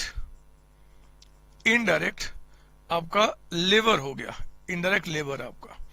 और मेरे बच्चे इनडायरेक्ट एक्सपेंसेज की अगर बात करें, हम एक्सपेंसेज की बात करें यहां पे, तो आप बोलेंगे यहां पे क्या जी, रेंट ऑफ फैक्ट्री हो गया। मैं एग्जांपल बता रहा हूं, इंश्योरेंस ऑफ फैक्ट्री हो गया, ऑफ फैक्ट्री, ये सारे खर्चे जो फैक्ट्री के होते हैं। इलेक्ट्रिसिटी आपका, इलेक्ट्रिसिटी ऑफ फैक्ट्री हो गया। तो ये सारे नाम जो है वो क्या बन गया आपका, इनडायरेक्ट एक्सपेंसेज। और कौन से इनडायरेक्ट एक्सपेंस जो फैक्ट्री के अंदर हुए, है ना, यहां पे जो इनडायरेक्ट चीजें आपके लगेंगे वो क्या हो जाएगा जी, आपका फैक्ट्री ओवरहेड्स। बात समझ आ रही है, yes sir. Office and administrative overheads में क्या निकल के आएगा, यहां पे मेरे पास जगह कम है मेरे बच्चे, यहां पे इनडायरेक्ट मटेरियल, ऑफिस में यहां पे या इसके एडमिनिस्ट्रेशन में, तो आप कहना जैसे कि प्रिंटिंग स्टेशनरी लिख दो, स्टेशनरी के जो सामान यूज होते हैं वो भी मटेरियल तो है, और ये इनडायरेक्ट आपका है ना, ये आपका हो गया इनडायरेक्ट मटेरियल। इनडायरेक्ट लेबर बात करें तो ऑफिस के एम्प्लॉय, यानी कि सैलरी ऑफ आपका ऑफिस का कह दो या वेयर हाउस का, कहीं का भी जो आपके, सॉरी वो तो सेल चला गया, ऑफिस और सैलरी ऑफ ऑफिस मैनेजर हो गया, या ऑफिस में जो और लोग काम करते हैं, सैलरी ऑफ आपका डायरेक्टर्स हो गए, है ना, एक्सेट्रा एक्सेट्रा। ये हमारा क्या हो गया जी, इनडायरेक्ट लेबर हो गया, इनडायरेक्ट लेबर जो ऑफिस में आपके लगे हुए हैं। और ये आपका सैलरी ऑफ, यहाँ पे अकाउंटेंट भी आ जाएगा, ऑडिटर भी आ जाएंगे, है ना, कंसल्टेंट भी आ जाएंगे, सब यहाँ पे आ जाएंगे। फिर इसके बाद हमारा क्या जी, इनडायरेक्ट आपका एक्सपेंसेज, आपका रेंट, इंश्योरेंस, इलेक्ट्रिसिटी एक्सेट्रा, किसका, आपका ऑफिस का, ये चला गया आपका। इसके बाद आ गया सेलिंग एंड डिस्ट्रीब्यूशन। तो मेरे बच्चे सेलिंग डिस्ट्रीब्यूशन में क्या हुआ, ये हमारे कवर हो गया, जहां से हम सेल या डिस्ट्रीब्यूशन का काम कर रहे हैं। तो इसमें आपका अगर हम देखें, जैसे आपका material used for sample, sample के रूप में आपने कुछ मटेरियल डिस्ट्रीब्यूट किया होगा, इनडायरेक्ट लेबर हो गया। स्टेशनरी वहां भी यूज हुआ होगा आपका, स्टेशनरी जो आपने यूज किया होगा, ये सारे क्या हो जाएंगे आपका इनडायरेक्ट मटेरियल, इनडायरेक्ट मटेरियल आपका हो जाएगा, है ना। सेकेंडरी पैकेजिंग, यहाँ पे आपका पैकेजिंग लिख दो आप, पैकेजिंग में जो आप मटेरियल यूज कर रहे हो पैकेजिंग पे। उसी तरीके से आपका इनडायरेक्ट लेबर, तो यहाँ पे कमीशन टू सेल्समैन, सैलरी जो आप पे कर रहे हैं टू सेल्समैन, है ना, ये आपका इनडायरेक्ट लेबर हो गया। और जो हमारे इनडायरेक्ट एक्सपेंसेज हैं वो उसी तरीके से रेंट, सैलरी, माफ कीजिए सैलरी नहीं, रेंट, आपका इंश्योरेंस, इलेक्ट्रिसिटी, बहुत सारी बातें, टेलीफोन बिल, जो भी हमारा आपका जो यूज हो रहा होगा इन जगहों पे, वो आपका इनडायरेक्ट एक्सपेंसेज हो गया।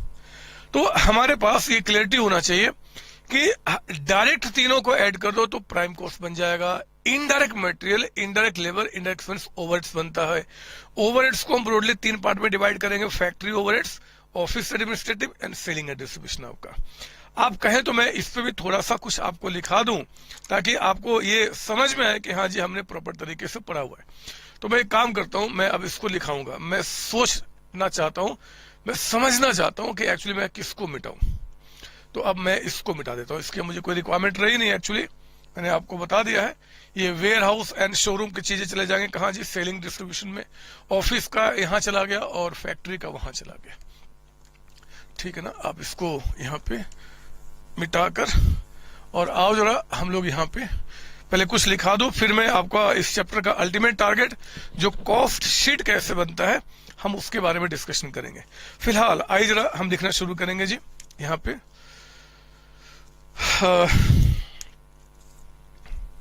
हेडिंग डालेंगे आप, इसके बाद classification, classification of overheads, overheads, है ना, ओवरहेड्स। बच्चे क्लासिफिकेशन जो है ओवरहेड्स का बेसिस, किस बेसिस पे, 2 तरीके से हम करते हैं। एक आपका होता है फंक्शनल एनालिसिस, लिखिए मेरे साथ, फंक्शनल एनालिसिस, और दूसरा आपका होता है यहां पे behavioural, behavioural, behavioural, BEHAVIOURL analysis, आपका बिहेवियरल एनालिसिस, है ना, 2 तरीके का आपका। पहले मैं आपसे फंक्शनल एनालिसिस की बात करता हूं। पहले नंबर 1 में लिखे आप यहां पे functional, functional analysis, analysis basis, functions के बेसिस पे आपका। तो फंक्शंस का मतलब हो गया कि जहां पे वो वर्क हो रहा है, जहां पे वो खर्चे लग रहे हैं, जहां पे उनका यूज हो रहा है, उसके बेसिस पे बताइए। तो मेरे बच्चे इसके बेसिस पे हमारे यही निकल के आए। पहला क्या निकल के आया जी, फैक्ट्री ओवरहेड्स, जो मैं आपको समझा चुका हूं, फैक्ट्री ओवरहेड्स। एग्जाम में इंपॉर्टेंट बनेगा कि किसके बेसिस पे क्लासिफिकेशन हो रहा है, फैक्ट्री ओवरहेड्स। दूसरा आपका ये फंक्शनल एनालिसिस कर रहे हैं, फंक्शनल क्लासिफिकेशन। दूसरा क्या है, office and administrative,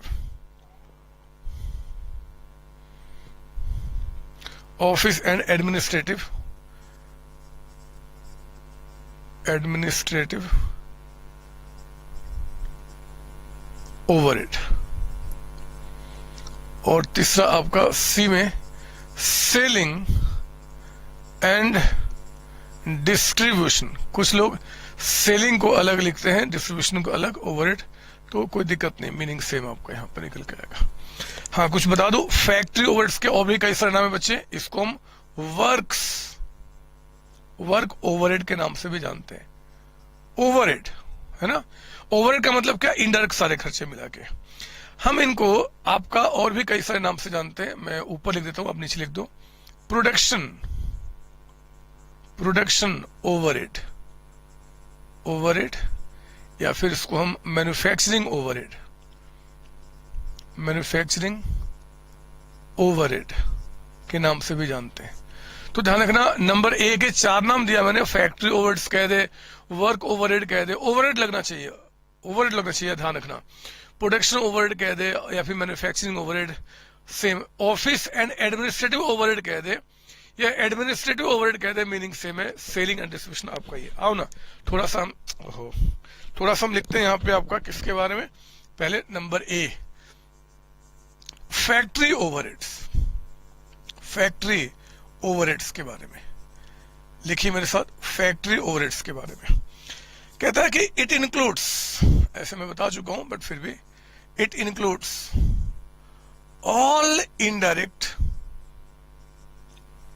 all indirect cost incurred. It includes all indirect cost incurred for operation of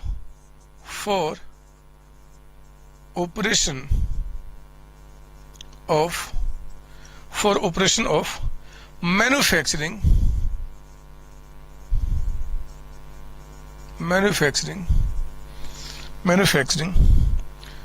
or production division in factory, ठीक है ना। ये हमारा ए निकल गया। अब एग्जाम्पल में, फॉर एग्जाम्पल मैं नहीं लिखूंगा, अब एग्जाम्पल मैंने आपको दिखा दिया बहुत अच्छी तरीके से क्या क्या निकल के आएंगे, आप वही होगा। इसको एग्जाम छोड़ दो, वहां लिख ही लिया हमने। बी में आइए जरा आप, यहाँ पे बी में कहता है एडमिनिस्ट्रेटिव, यानी कि ऑफिस एंड एडमिनिस्ट्रेटिव ओवरहेड। तो आप इसका भी तो लिख ही चुके, बट पता नहीं मुझे क्यों बार बार लिखने का मन कर रहा है। लिखेंगे it is some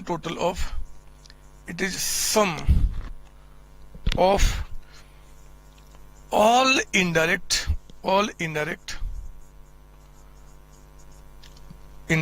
cost of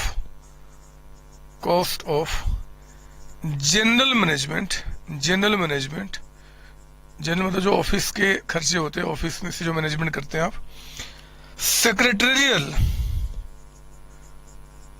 secretarial accounting, जो जनरल खर्चे पूरे बिजनेस के लिए होते हैं as whole, and administrative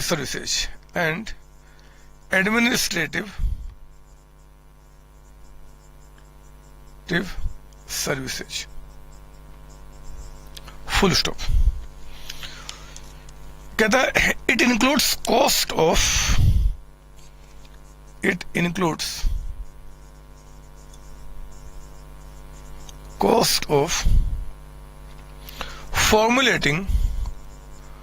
formulating the policy,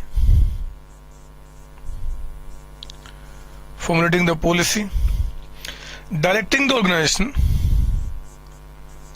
directing the organization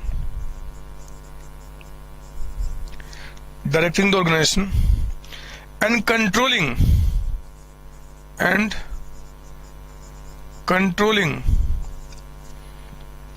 the operation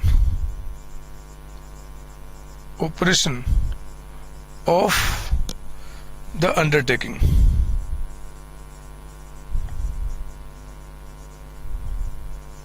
full stop. लिखिए आप यहाँ पे लिखें, एग्जाम्पल मैंने आपको बता दिया।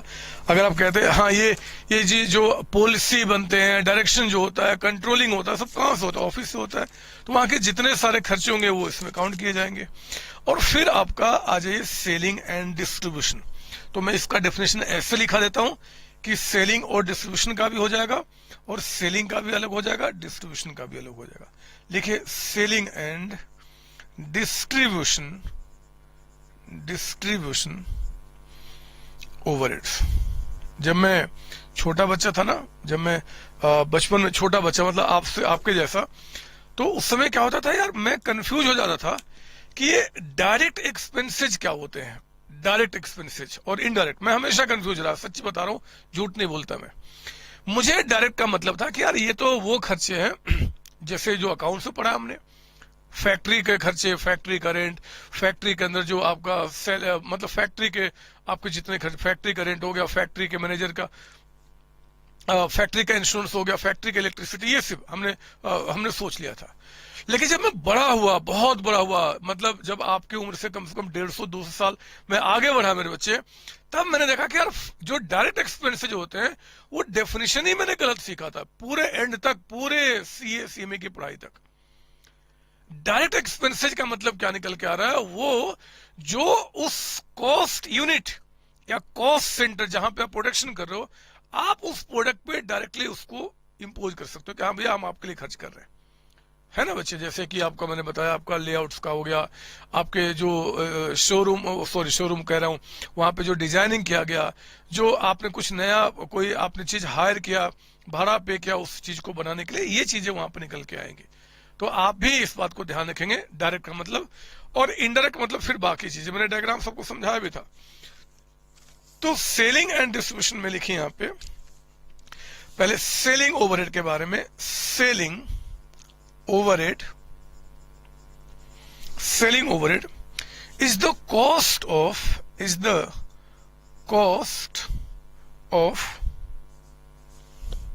seeking, SEEKING, seeking to create and stimulate demand,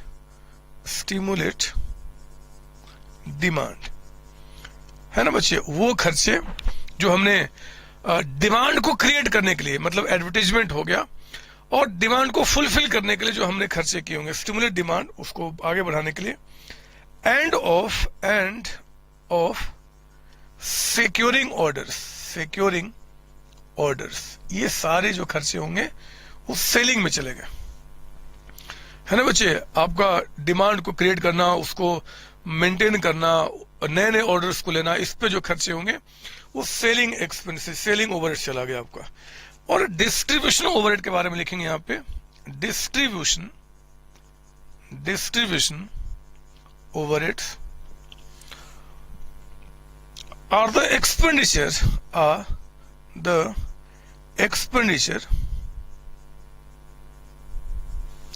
expenditure incurred in the process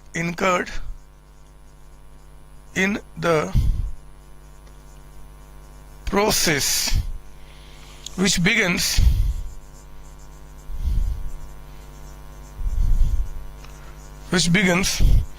with making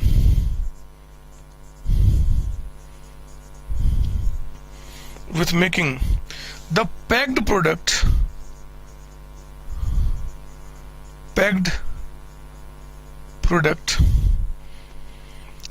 available for dispatch,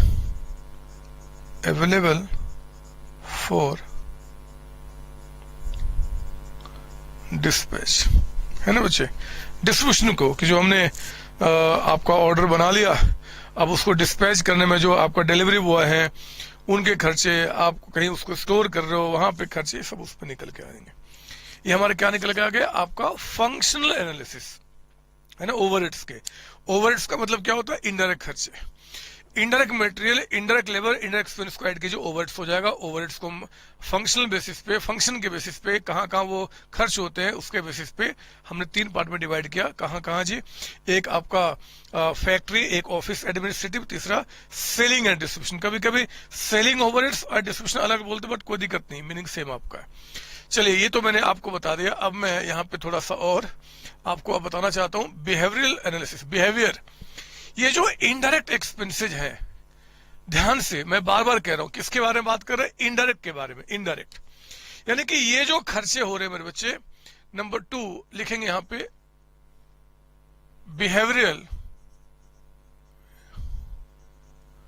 analysis.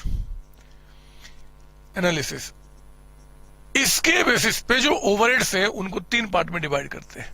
एक आपका होता है फिक्स्ड ओवरहेड, एक होता है, थोड़ा जगह छोड़ के एग्जांपल ये लिखा दूंगा, वेरिएबल ओवरहेड,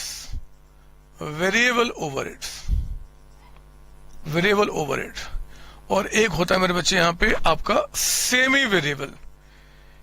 सेमी वेरिएबल, इसको हम कभी कभी सेमी फिक्स्ड भी कहते हैं, फिक्स्ड ओवरहेड।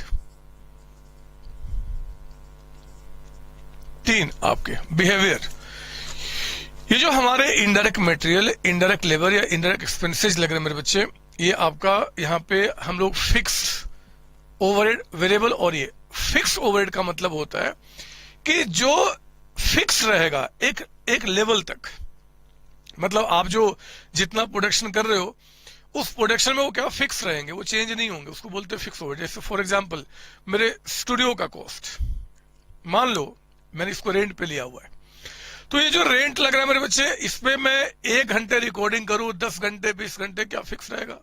कोई चेंज तो होना नहीं। ऐसा थोड़े लैंडलॉर्ड बोलेगा कि भैया आपने 5 घंटे रिकॉर्डिंग किया तो इतना पे करो, इतना, ऐसा नहीं होता। हाँ, अगर मैं इस स्टूडियो को अपना बनाने के बजाय मैं कहीं से हायर किया रहता, अगर कोई ऑलरेडी स्टूडियो कोई बनाए रखा है जी, और मैं बोलता है भैया मैं जितना रिकॉर्डिंग करूंगा आपके यहाँ पे, और रिकॉर्डिंग के चार्ज लेता, तो पर आवर बेसिस होता है, जितने घंटे आप रिकॉर्डिंग करेंगे उतने घंटे का चार्ज लगता है मेरे बच्चे। जो वेरी करेगा विथ इंक्रीज और decrease in production of goods और सर्विसेज, उसको हम क्या बोलेंगे? वेरिएबल आपका ओवरहेड। समझ मेरी बात? लेकिन जो फिक्स्ड होगा, rent of factory, office, sorry rent of office, rent of godown, ये सभी क्या फिक्स्ड होते हैं, दे आर इनडायरेक्ट एक्सपेंसेस। पहले तो इनडायरेक्ट मटेरियल हो, चाहे इनडायरेक्ट लेबर हो, चाहे इनडायरेक्ट एक्सपेंसेस हो, अगर वो आपके फिक्स रहेंगे irrespective of increase or decrease in production, तो that will be called fixed overhead. Variable का मतलब क्या? Which will vary with increase or decrease in production. Production बढ़ेगा बढ़ेगा, घटा घटा। जैसे इलेक्ट्रिसिटी बिल हो गया आपका, जितना बनाऊंगा, मैं लिख दूं क्या यहाँ पे कुछ एग्जांपल, जैसे रेंट ले लीजिए आप, यहाँ पे rent of factory, rent of godown, example कुछ भी हो सकता है ना। यहाँ पे सैलरी, सैलरी ऑफ, यहाँ पे मैं ले लूं जी, क्या बोलते हैं आपका, मैनेजर, है ना, अकाउंटेंट। सर ये तो अगर मान लो कि बहुत ज्यादा हो गया काम, तो फिर एक ही बंदा थोड़े कर पाएगा। एक लिमिट तक, जहां पे जो जिस लेवल पे अभी आप काम कर रहे हो, ध्यान देना बात, कि जिस लेवल पे काम कर रहे हो उस लेवल के ऊपर वहां पे आकर आप चेक कर रहे हो, उसके आगे क्या होगा उसकी बात नहीं कर रहे हैं। जहां पे भी मैं वर्क कर रहा हूं, मैं अब चेक कर रहा हूं क्या कौन सा फिक्स्ड मेरा है, तो मेरा रेंट जो है अगर फैक्ट्री का लग रहा है तो फिक्स्ड है, वो वहां तक तो सेम है जी। उसके आगे प्रोडक्शन करूंगा, बढ़ाऊंगा, तब तो रेंट लगेगा। मैं उस लेवल पे आके बात कर रहा हूं। वेरिएबल का मतलब कि जिस लेवल पे आप प्रोडक्शन कर रहे हो उस लेवल पे रह के आपके जो खर्चे वेरी करते हैं, increase in decrease in production आपका जैसे वो ग्रीस हो गया, वो पेंट हो गया, जो इनडायरेक्ट मटेरियल आपका जो फैक्ट्री में यूज हो रहे हैं, वो क्या होगा, वो वेरी करते हैं मेरे बच्चे। जितना आप ज्यादा प्रोडक्शन करोगे उतना लगेगा, जितना कम उतना कम।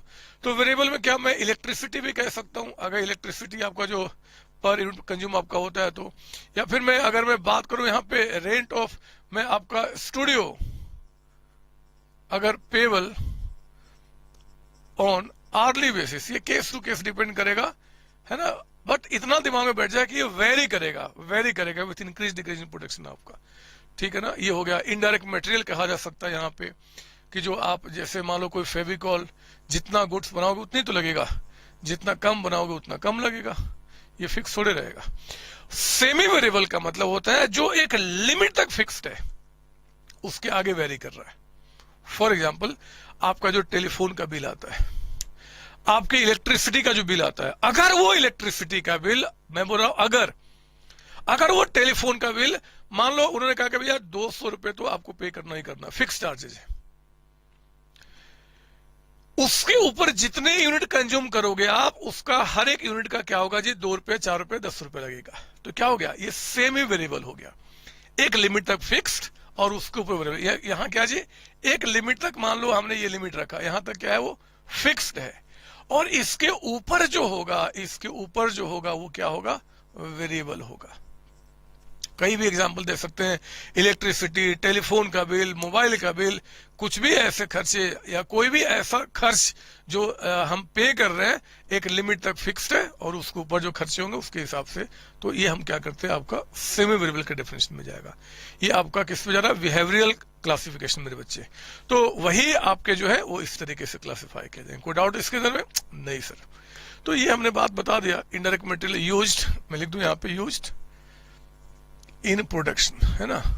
तो आप इसमें कोई भी एग्जांपल केस टू केस बना सकते हैं अपनी मर्जी से, ऐसे कोई दिक्कत नहीं आएगी। अगर आई तो मैं हूं, आप बता देना मुझे। ये बातें हमने आपसे कर लिया, ठीक है ना।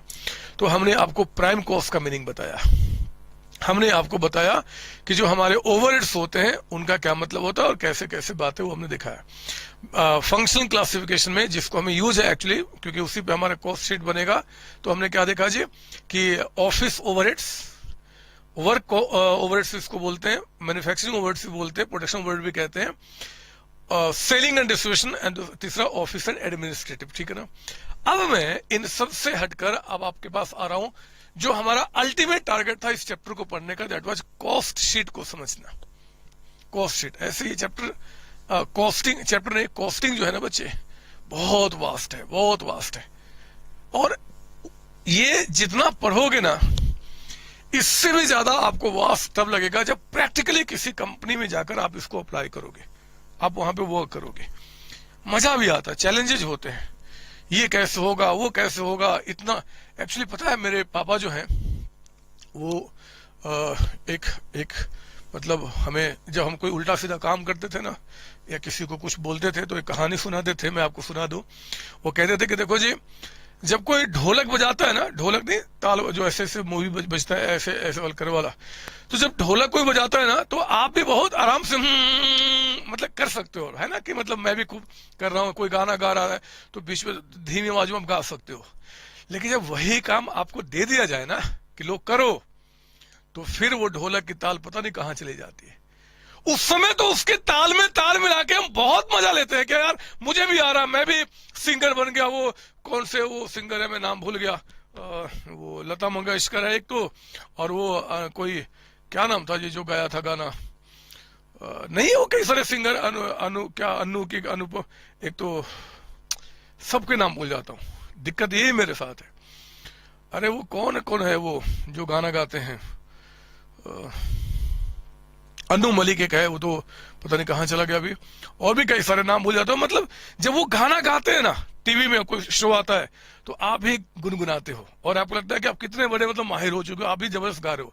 एक बार टीवी बंद करना और गाना गाना, तो लगता है कि कितनी फटी हुई आवाज है आपकी, कितनी फटी हुई है।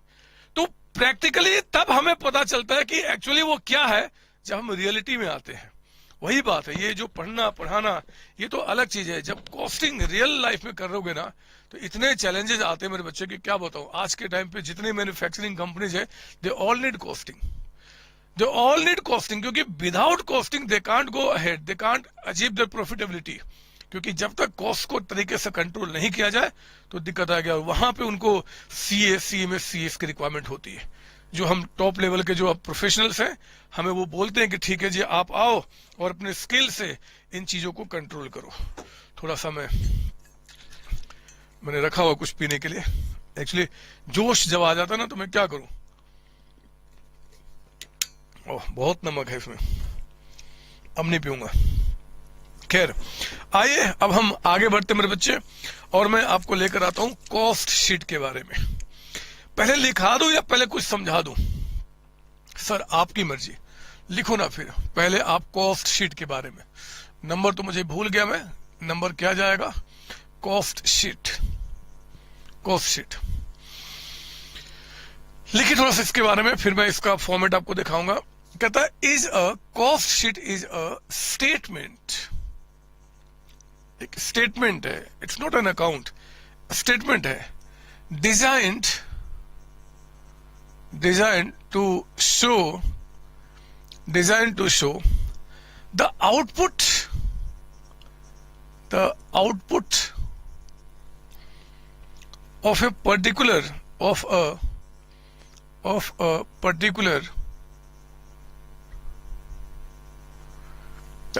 of a particular accounting period accounting period, output of particular accounting period, along with breakup of cost, along with breakup of cost. There is no fixed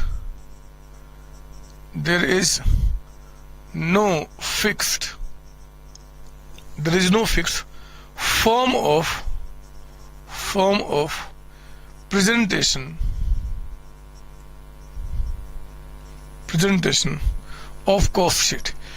कोई फॉर्मेट नहीं है प्रिस्क्राइब्ड कि आपको ऐसे ही बनाना है, बट फिर भी हम सीखेंगे. कहते हैं पैराग्राफ चेंज करके, it discloses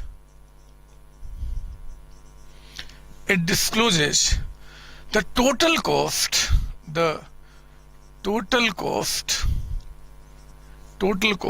and the cost per unit of produced या per unit produced during a given period. एक टाइम पीरियड में आपने जो प्रोडक्शन किया है उसका गिवन पीरियड, उसका जो कॉस्ट आपका लगेगा, total cost and cost point, उसको निकालना. इसको करते हैं बच्चे. Full stop. It acts as a guide, it acts as a guide to the manufacturer,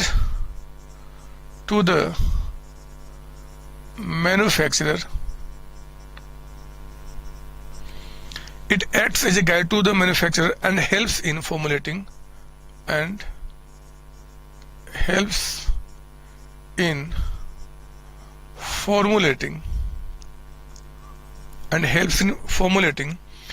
useful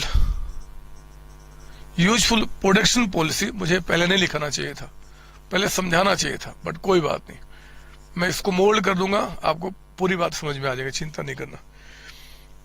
and fixing up